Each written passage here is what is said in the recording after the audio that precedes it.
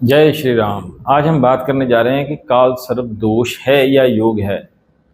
जन्म पत्रिका के अंदर काल सर्प दोष या योग नामक की जो पाई जाती है, कुछ ज्योतिषाचार्य से लेकर बहस भी करते हैं जो आम जनता तक पहुंचती है कि काल सर्प दोष है कि योग है।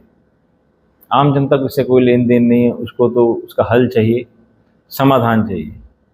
आप दोष बोल दीजिए, आप योग बोल दीजिए, एक ही बात है। कुछ लोग कहते हैं कि इसका जिक्र ही नहीं है किताबों में, तो छोड़ दीजिए इस बात को।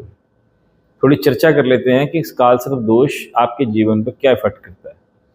कुछ बातें ऐसी हैं जो फैली हुई हैं दीन दुनिया में कि काल सर्प दोष जिसके जीवन में होता है उसका जीवन नरकपूर्ण होता है, जीवन में व्याधियां रहती हैं, जीवन में एक कमी रहती है, संतान प्राप्ति नहीं होती, कोई कहता व्यापार नहीं चलता, रोगी रहता है, देश निकाला, पता नहीं क्या क्या बोल देते हैं।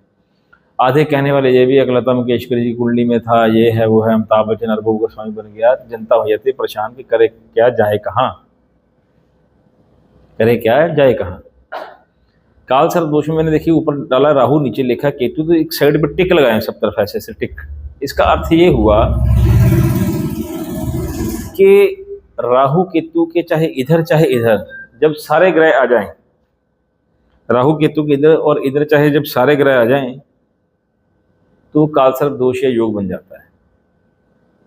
अब रहे आपके जीवन पे इसका क्या प्रभाव है। देखिए, राहु केतु के इधर या इधर जब सारे ग्रह आ जाएं तो इस काल सर्प दोष को बोला जाता है। सभी के जीवन में एक जैसी दिक्कत नहीं रहेगी, पहली बात। फिर किसकी दिक्कत आएगी, आ भी रही है कि नहीं आ रही। कई बार क्या होता है, काल सर्प दोष बना होता है मगर ग्रहों की आपस में स्थितियां बहुत अच्छी होती है, जीवन बंधन सफल होता है, मगर कोई एक दिक्कत होती है। ऐसे जिसके नहीं भी काल सर्प दोष हो, जीवन में कोई ना कोई दिक्कत तो किसी और कारण से, किसी और ग्रह स्थिति से भी आता है। सिर्फ चर्चा ये करेंगे कि काल सर्प दोष अगर है और अगर उसका सबसे बुरा प्रभाव आपके जीवन पर है तो उसका समाधान क्या है। हाँ है, बिल्कुल समाधान है। ज्योतिष में ऐसा कोई योग नहीं जिसका समाधान ना हो। एक चीज, काल सर्प दोष आपके जैसे राहु मैंने पहले घर में डाला है या आगे दूसरा घर है, तीसरा घर है, चौथा घर है, वो कहीं से चल सकता है। वो इधर नीचे राहु इधर केतु हो, ऊपर सारे ग्रह चले जाएं, या राहु केतु आमने सामने हो, नीचे सारे ग्रह, तब भी होता है। किस घर से बन रहा है, किस लगन राशि में बन रहा है, किस राशि में बैठा है, किस नक्षत्र में बैठा है, क्या युतियां हैं, किस उच्च राशि में, नीच राशि में, मित्रवत, शत्रुवत, सभी चीजें देखने के बाद पता लगता है। अगर वो हो और आपके जीवन में किस तरह की, किस प्रकार की दिक्कत आ रही हो, कुछ हम ज्योतिषी उसको देखते हैं, आपकी कुंडली से देखते हैं, फिर आपको भी पूछते हैं कि आपको क्या लगता है। कुछ लोग तो वैसे उठ के आए थे, मेरे को सांपों के सपने आ रहे हैं तो मेरे में काल सर्प दोष होगा।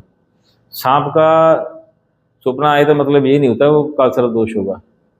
किसी को शेर का सपना आ गया, कोई कहते हाथी उड़ रहा है, कोई कहते पानी में गिर रहे हैं, तो ये कुछ लक्षण बताए जाते हैं काल सर्प दोष वालों को, ऐसे स्वप्न आते हैं। तो कहीं वो किसी और कारण से भी आते हैं, वो भी अपनी काल सर्प दोष की कुंडली समझने बैठते हैं। आप आज एक बात समझ लीजिए, अगर आपकी जन्म पत्रिका में काल सर्प दोष है, किसी अच्छे ज्योतिषाचार्य से दिखाइए और इसकी पूजा करवाइए, उपाय कीजिए, इससे संबंधित प्रिकॉशन कीजिए। और वर्ष में हमारे बहुत से सिद्ध मुहूर्त आते हैं, महाशिवरात्रि आती है, हाँ जी, ये नव दुर्गा मतलब नवरात्रे आते हैं, और बहुत से ऐसे त्यौहार आते हैं जो बड़े सिद्ध होते हैं। अक्षय तृतीया आ गई और ऐसे बहुत से आते हैं। तो उन विशेष समय पर विशेष उपाय करने से इसका लाभ मिलता है।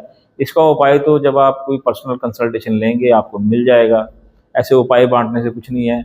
आजकल बांट के उपाय और सिखा के ज्योतिषी ऐसे ऐसे घरों में ज्योतिष पैदा कर रही हैं, उनका आप ही का नुकसान हो रहा है। क्योंकि ये ऐड वाली ज्योतिष से आपको लाभ नहीं होगा। अगर आप अपने जीवन में लाभ चाहते हैं, सबसे पहले तो किसी अच्छे ज्योतिषाचार्य से आप समय लेकर के चीज़ को समझिए, अपने साथ मैच कीजिए, फिर उस पर काम कीजिए। राइट, ऐसे वहम में पढ़ने से या खुद किताबों से या नेट से देख के या स्टेशन से किताब लेकर करने से लाभ नहीं होने वाला। इसे सीरियसली लीजिए। अगर जीवन में है, आपको दिक्कत है या आपके किसी पारिवारिक मेंबर को दिक्कत है, इसका हल करवाइए। तो ये था काल सर्प दोष। अगर आपका कोई इसमें प्रश्न हो तो आप कमेंट कीजिए, मेरे नंबर यहाँ दिए होंगे, आप उससे पूछ भी सकते हैं व्हाट्सएप करके। कंसल्टेशन लेना चाहते हैं तो आप फ़ोन पर संपर्क कीजिए। चैनल को सब्सक्राइब कीजिए। बहुत बहुत धन्यवाद। नमस्कार।